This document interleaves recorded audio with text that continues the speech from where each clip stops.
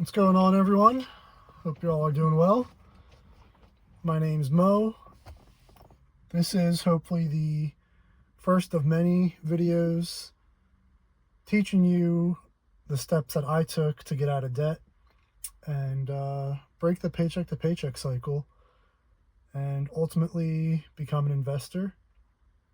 I was drowning in debt, living paycheck to paycheck, and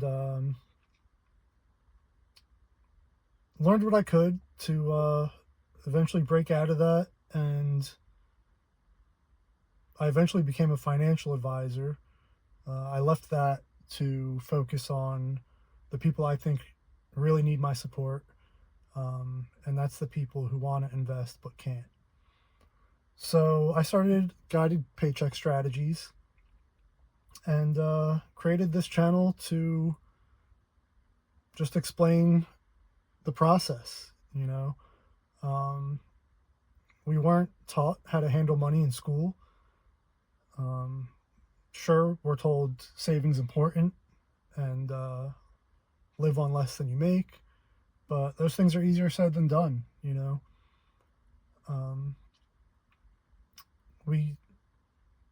Before we even graduate high school, 16, 17 years old, you get your first job, no responsibilities, maybe gas, insurance, and we get our first paycheck and blow it all in a fraction of what it took us to make it.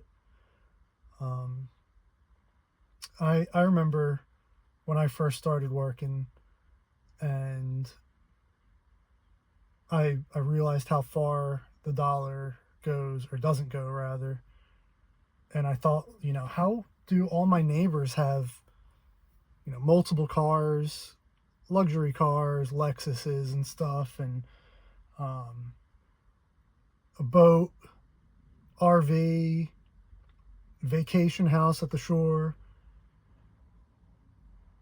And I'm like, how, do they really make that much? I wasn't comparing what I made to what they're making, but I'm in an entry-level position. I knew it was not on the same level, but I thought, there's no way they're making that much. I'm witnessing how far this dollar goes.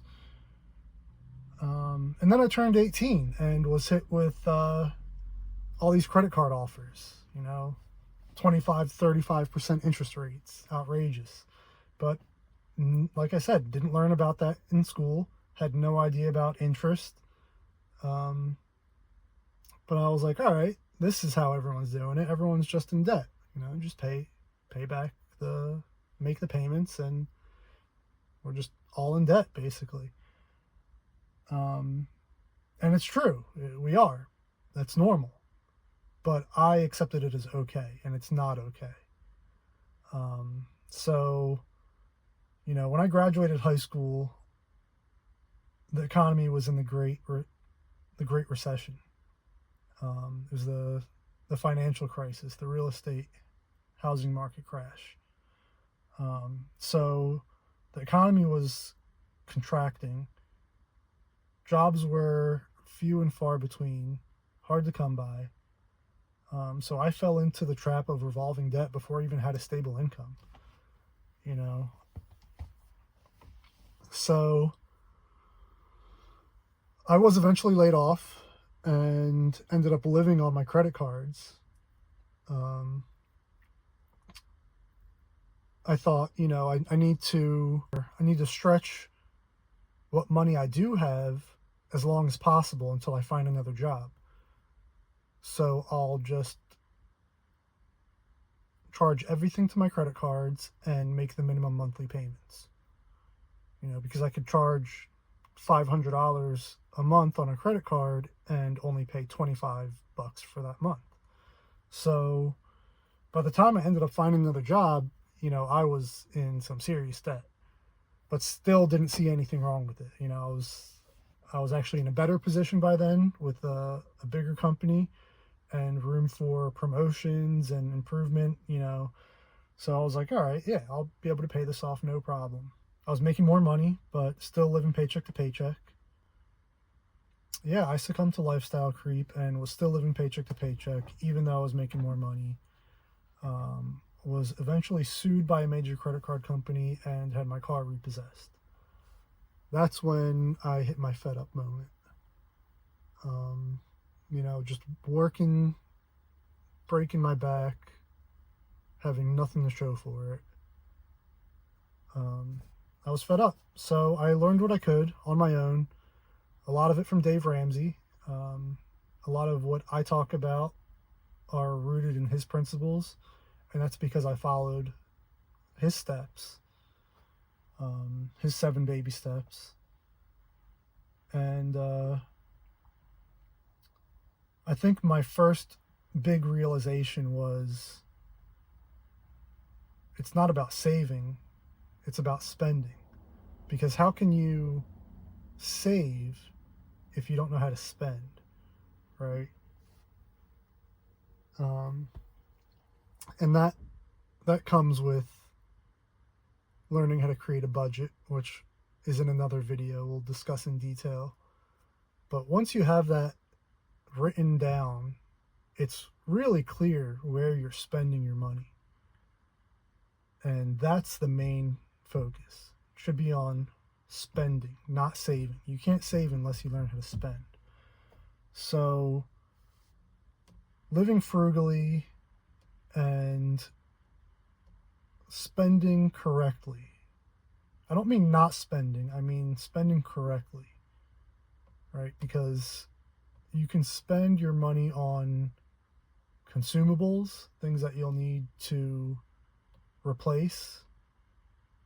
You'll just use up and deplete it and you'll need to replace it maybe that same day, within a week, whatever. So living frugally, and for me that was my biggest, most difficult challenge. If you haven't had a job, entered the workforce yet, then this is a good trait to instill before you start earning an income. But if you're like me, we have to unlearn a lot of bad habits. For me, it was DoorDash, Uber Eats, Dunkin' drive-thru for iced coffees, running into the convenience store when I'm getting gas.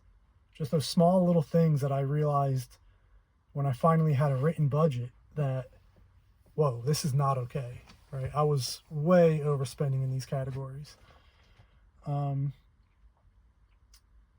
So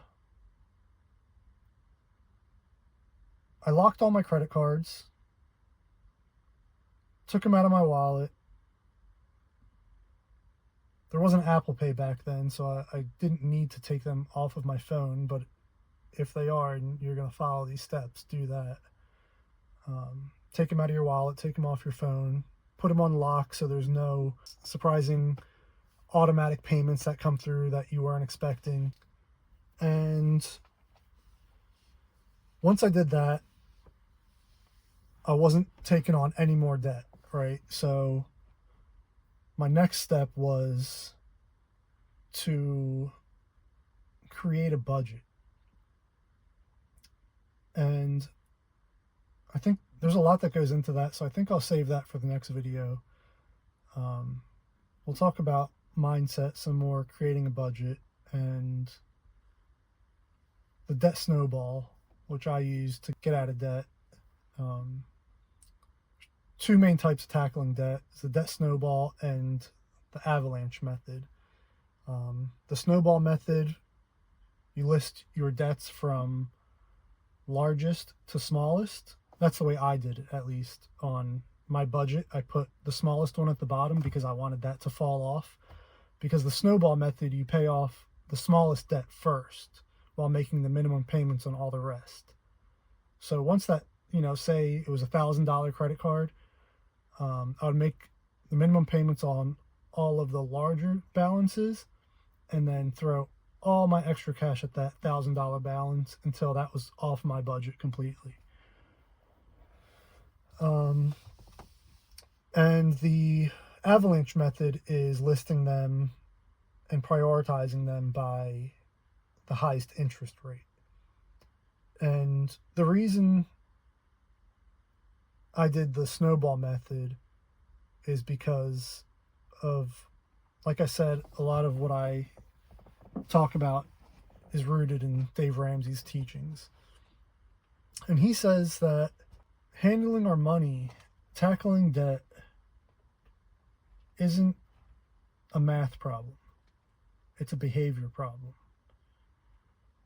And sure, focusing on the highest interest rate is logical on paper. But handling your money correctly is, again, Dave Ramsey says, I believe 20% math, 80% behavior. Right? So, I mean, it's just like using credit cards. There are people that are disciplined with them and can use them correctly, but the majority of us struggle with that. And the majority of us have a behavior problem.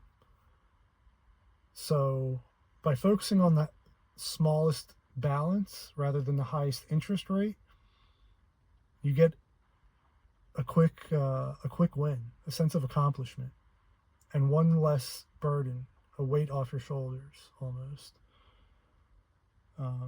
So that's what I did, and it worked for me. And it's worked for countless people, I'm sure, that have followed his 7 baby steps. So I think that'll do it for now. Stick around for the next video if you want to come along this journey. Hit subscribe, and we'll get through this together. All right, I'll see you guys there.